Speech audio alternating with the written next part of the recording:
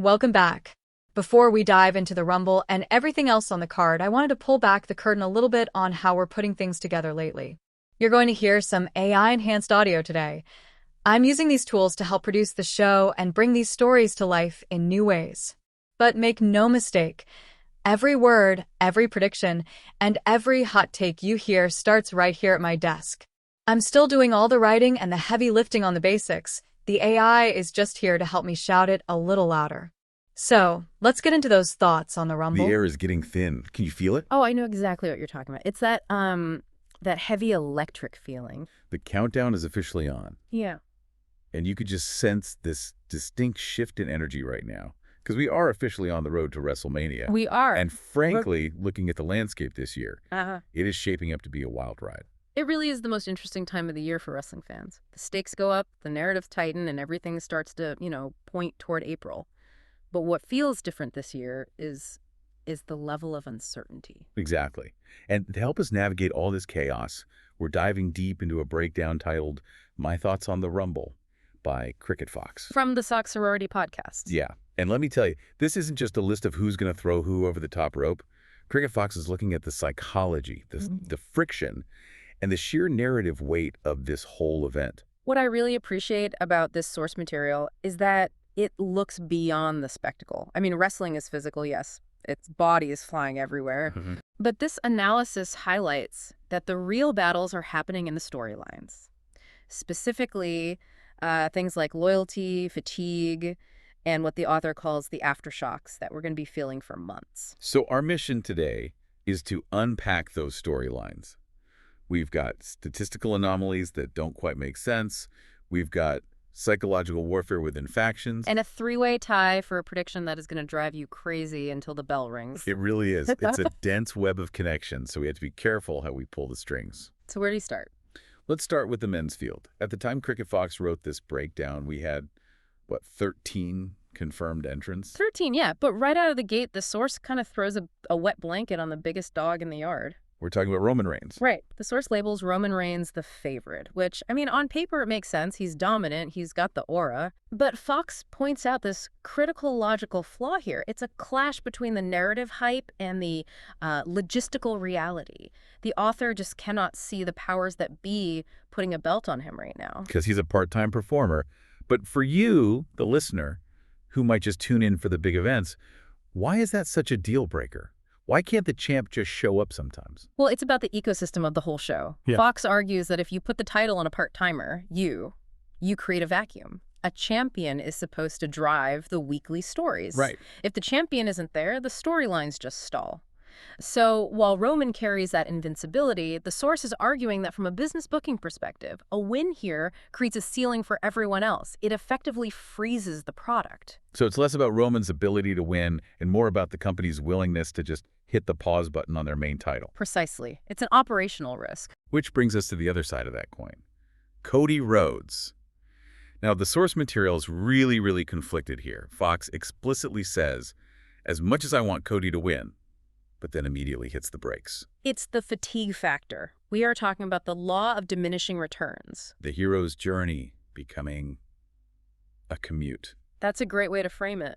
The source notes that if Cody were to win and go on to headline, we're looking at a scenario where he's defending a title or chasing a title for 3 years in a row. 3 years. Wow. It raises a question of narrative exhaustion. Even if you love the performer, and Fox clearly does the audience really want to see the exact same structural loop for a third consecutive year? It's risky. You want the hero to triumph, but you don't want the audience checking their watches because they've, seen this movie before. And that hesitation in the source material suggests that the fan base might just be ready for something new rather than just something good.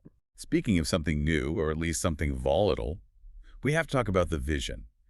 This faction is all over the source material, and not in a happy family kind of way. Not at all. It sounds like a pressure cooker waiting to explode. It certainly does.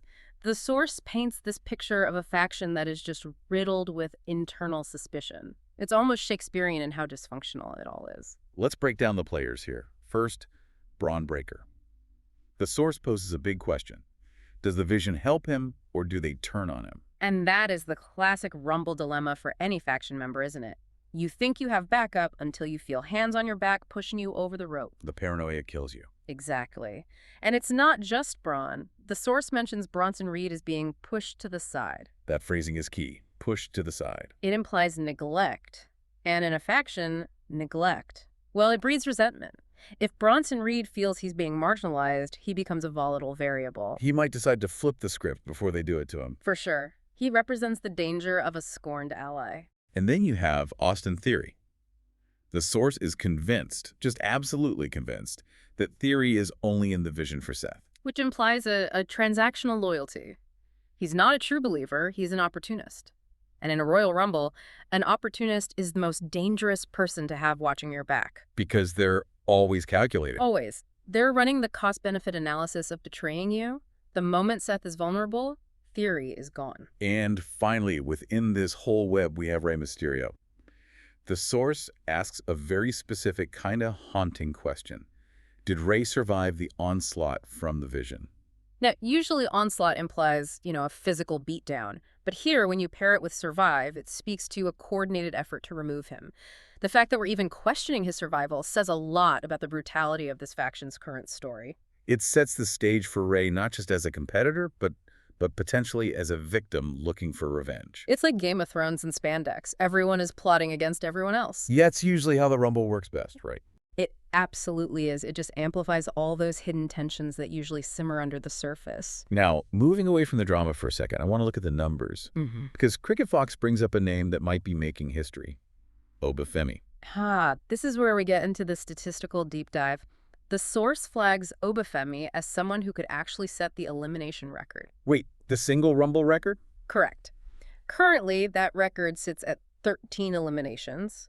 It's held jointly by Brock Lesnar and Braun Strowman. Those are legitimate monsters. Exactly. They are giants. For the source, to put Obafemi in that same conversation suggests they expect a dominant powerhouse performance. 13 people. That is almost half the field in a traditional Rumble. It is. And just to provide some context on how hard that is, the source contrasts this with the all-time career elimination record. That's held by Kane with 46 eliminations. But that's over how many years? 20 appearances? That's longevity. But if Obafemi challenges the single match record of 13, he's doing in one night what takes most wrestlers a decade to accumulate. It's a prediction of instant stardom. The source is basically saying, watch this guy, he is going to be a problem. Speaking of problems and motivations, the source breaks down a few other key players who aren't necessarily looking for records, but have very specific agendas. Gunther, for instance. Gunther's motivation is singular. The source says he won't settle until he beats CM Punk for the title. So it's headhunting. It is. It's not just about winning the Rumble for the trophy, it's about securing the path to a specific target. That makes him focused, but also maybe predictable. If you know what he wants, you can use it against him. Then you have Logan Paul. The source has a very funny take on him. Basically, his job is to make sure Braun Breaker gets over. Right. For our listeners who might not know the term, getting over means getting the crowd to care about you, either loving you or hating you. Logan Paul is the heat magnet. Yeah. The source says, and I quote, "I will love anyone who eliminates Paul." I think we all feel that way sometimes. But that's his value. He is there to facilitate someone else's highlight reel. He's the villain you love to see lose, right. which actually drives engagement. Can we have Jey Uso playing the long game?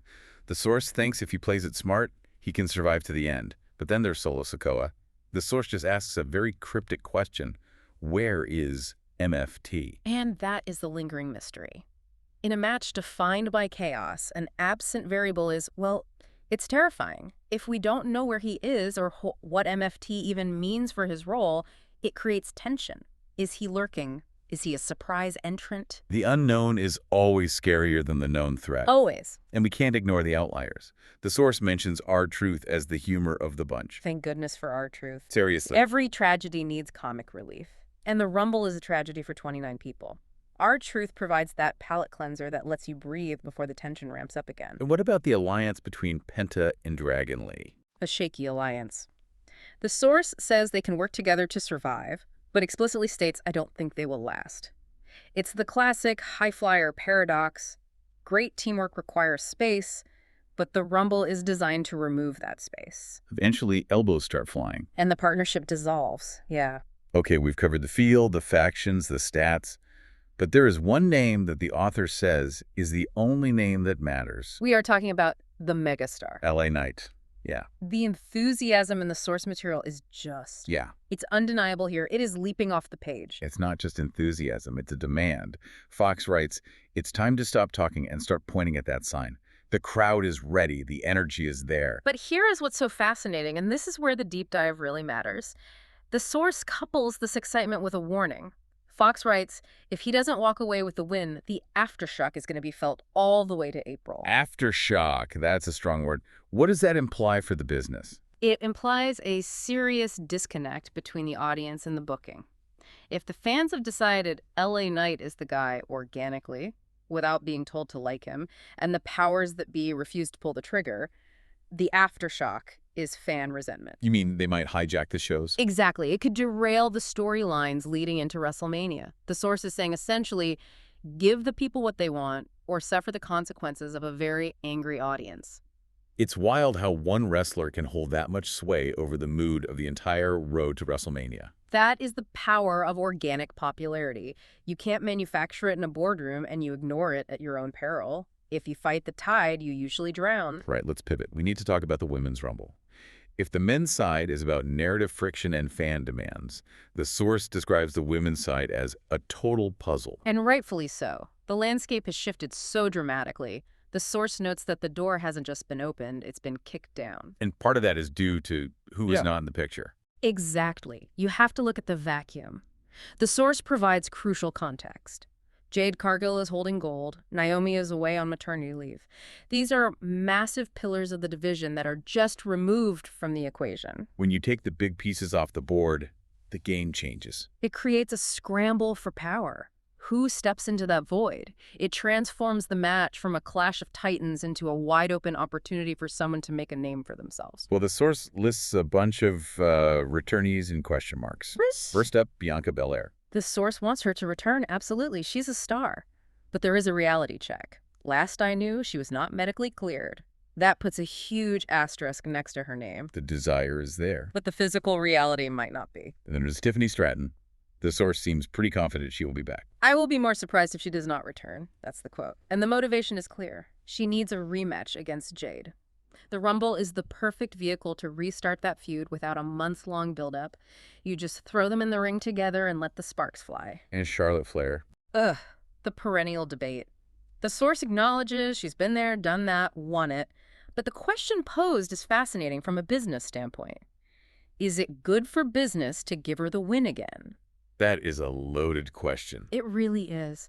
It questions whether relying on established stars prevents new ones from rising. It's the same fatigue issue we discussed with Cody, but from a different angle. Right. If Charlotte wins, does it feel special, or does it feel like a default setting? The source seems pretty wary of going back to that well. Now we have to talk about the drama. The interpersonal conflict in the women's division sounds just as toxic as the men's vision storyline.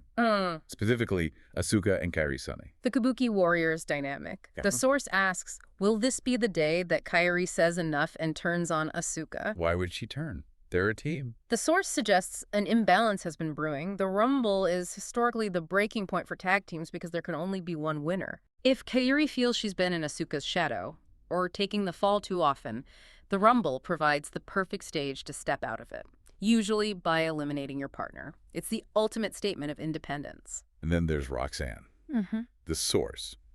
Well, let's just say the source is not a fan of her current attitude. No, Fox is quite blunt here. Fox acknowledges her skill. She is good. I will give her that respect. But critiques the mean girl persona. The source explicitly states, I am past her, and suggests she needs to go off-screen for a freshen up. That is harsh. It is, but it's a valid critique of character stagnation. If the mean girl act feels tired to the audience, sometimes the best thing for a character is to disappear for a few months so we can miss them. Absence makes the heart grow fonder. Even in wrestling. So with all these moving parts, the medical clearances, the potential turns, the absences, who actually wins this thing? This is where Cricket Fox admits defeat, in a way. The author is stuck in a three-way tie. A three-way tie. Okay, let's break down these three archetypes because they really represent three different philosophies of wrestling booking. First up, Rhea Ripley. We can call her the power. The source cites the mommy factor and calls her the most dominant force. Plus, she's the hometown girl for the author. But There's a but. There is always a but. Yeah. The source asks, does that put her tag title run with Io in jeopardy? Explain that conflict. Well, if Rhea wins the Rumble, she earns a shot at a major singles title at WrestleMania. That focus shifts away from her tag team partner, Io. It creates a conflict of interest. Can you chase personal glory while holding a team title? History says no. So a win for Rhea might actually signal the end of her tag team. It's a victory that comes with a cost. Okay, option 2, Liv Morgan.